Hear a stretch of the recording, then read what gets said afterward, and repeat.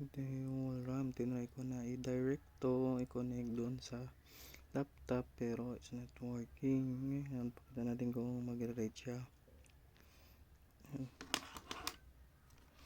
Open muna natin yung laptop.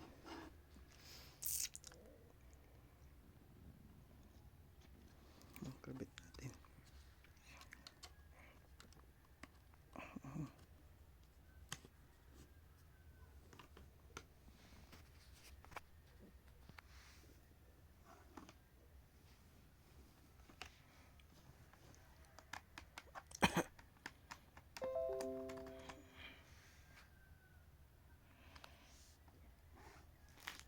May ilaw na siya.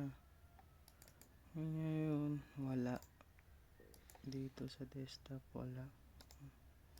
Kahit properties natin yan. Tapos, punta tayo sa device manager.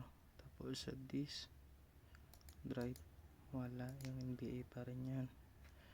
Yan. Kaya hindi natin ma-check yan. Wala di siya nare-read. Yan, nakita nyo, RAM. Ngayon is, try naman natin ang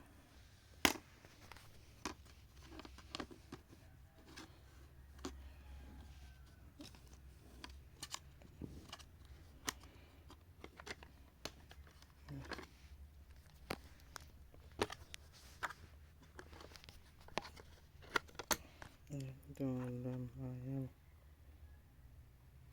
Ngayon, try natin ito is na to. SDT dati niyang SDT nito. Ayan, nakasaksak na siya. Ngayon, saksak natin. Kung tingnan natin kung mariread ito.